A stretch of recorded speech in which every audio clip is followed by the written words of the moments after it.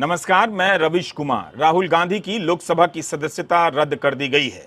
लोकसभा के secretary general Utpal Kumar Singh ने आदेश पत्र पर दस्तखत कर दिए हैं और नोटिफिकेशन भी जारी कर दिया गया है।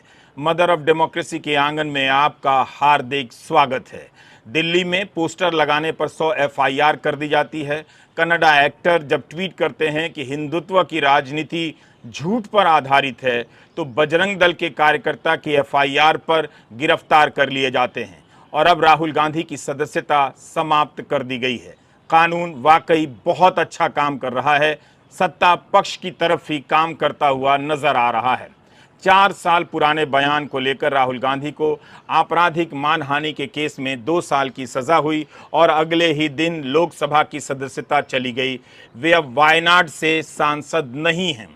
आज के दिन वे सारे नेता जो सत्ता पक्ष से जुड़े हैं, वो अपने भाषणों को याद कर इस खबर पर हंस रहे होंगे कि उन्हें तो सजा नहीं हुई, राहुल गांधी को सजा भी हुई और सदस्यता भी चली गई। क्या एक भाषण के लिए इतनी बड़ी सजा होनी चाहिए? यह आपराधिक मामला उस तरह से नहीं है कि व्यक्ति हत्या या भ्रष्टाचार के आरोप में शामिल पाया गया है। वो सिर्फ एक भाषण को लेकर आपराधिक मानहानि के मामले में सजा पाता है और उसकी सदस्यता रद्द कर दी जाती है। यह एक ऐसा फैसला है जो हर नागरिक को अब से असुरक्षित कर देगा, पहले से ज्यादा असुरक्षित कर देगा। जो लोग बोलने से डरे हुए हैं, अब डरने से ज्यादा कांपने लग जाएंगे और बोलना छोड़ देंगे। पता नहीं कब किस बात पर किसे जेल हो जाए और किसकी संपत्ति जब्त कर ली जाए, ये अब किसी को पता नहीं है। तो जिस नेता को पप्पू कहा जाता है, जिनके भाषणों का बीजेपी हर दिन मजाक उड़ाती है, कहती है कि मोदी के सामने राहुल कुछ भी नहीं, उस राहुल से निपटने का यह राजनीतिक तरीका देश का वर्तमान देख रहा है। कानून के फैसले की आड़ में इस फैसले पर राजनीतिक प्रतिक्रिया देने वाले बीजेपी के नेता अब बहुत आगे निकल चुके हैं।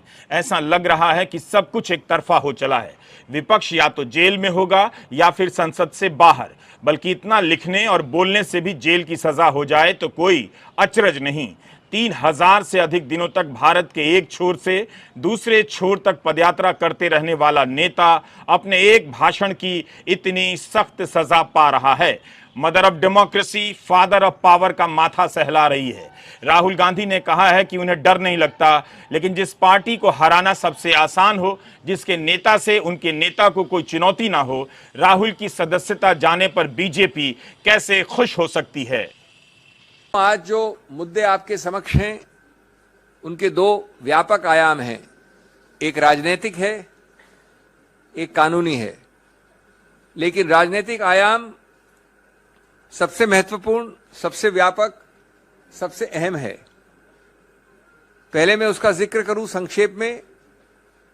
पहला बिंदु उसका यह है कि जानबूझकर, बार बार सोच समझकर, एक सूझे बूझे तरीके से इस सरकार ने हर गणतांत्रिक संस्था को खत्म करने का प्रयत्न किया है, उसको चोक करने का प्रयत्न किया है, उसमें रोकथाम करने का प्रयत्न किया है। सबसे बड़ी संस्था उनके मायने में जो उनके लिए बाधा है, वो है स्वतंत्र, निष्पक्ष, निडर बोलना, बोलचाल, जो हमारे संविधान की एक महत्वाकांक्षा ही नहीं, एक मानव अधिकार है, मूलभूत। इस सरकार ने, इस केस की बात नहीं कर रहा हूं मैं श्री राहुल गांधी की, सैकड़ों केसेस में 2014 के बाद ऐसे येन केन प्रकारेण कदम उठाए हैं जो हर नागरिक के स्वतंत्र, निडर बोलने के अधिकार क्षेत्र में बाधा डालें, बार बार। और उसके उदाहरण आप जानते हैं। बोलने की स्वतंत्रता और बोलने के बाद की स्वतंत्रता, दोनों को सीधा निचोड़ने का प्रयत्न किया इस सरकार ने बार बार। श्री राहुल गांधी, हम सब जानते हैं, ने निडरता से बार बार संसद के अंदर और संसद के बाहर अपने विचार रखे हैं, जनहित में रखे हैं, जनता के सामने रखे हैं, जनता के लिए रखे हैं। उन्होंने सामाजिक, आर्थिक, राजनीतिक, विदेश नीति इत्यादि इत्यादि सब मुद्दों पे पूरा बोला है, बिना झिझक के बोला है। और वो आज उसकी कीमत चुका रहे हैं, क्योंकि उनके सवाल, उनके वक्तव्य अच्छे नहीं लगते उन लोगों को जिन्होंने वो गलतियां की हैं, जिसके बारे में विवरण करते हैं श्री राहुल गांधी। राहुल गांधी विदेश जाते हैं तो बोल नहीं सकते। एक झूठे आडंबरी राष्ट्रवाद के आधार पर उनकी आवाज को रोका जाता है।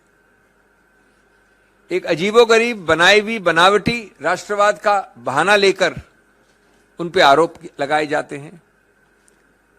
बाहर गए, उसके आधार पे जब वापस आते हैं तो कहते हैं कि आप यहां नहीं बोल सकते जब तक कि आप माफी नहीं मांगे। यहां आते हैं और उस दिन बोलते हैं संसद में, जब माननीय प्रधानमंत्री बोल रहे थे तो सरकार पूछती आपकी हिम्मत कैसे हुई सब बोलने की, सत्य बोलने की, साफ बोलने की, निडरता से बोलने की। हम आपको प्रिविलेज कमेटी भेजते हैं। और सबसे अजीबोगरीब जो मैं समझता हूं, किसी गणतांत्रिक, संसदीय गणतांत्रिक, लोकतांत्रिक देश में नहीं देखा गया, जब वो आके बोलते हैं तो सरकार खुद अवरुद्ध करती है संसद को। सरकार खुद करती है इस आधार पे कि पहले आप माफी मांगिए। ये कौन सी संसदीय प्रणाली के अंतर्गत है कि पहले आप माफी मांगिए, नहीं तो हम अवरुद्ध करेंगे, नहीं तो संसद चलेगी नहीं।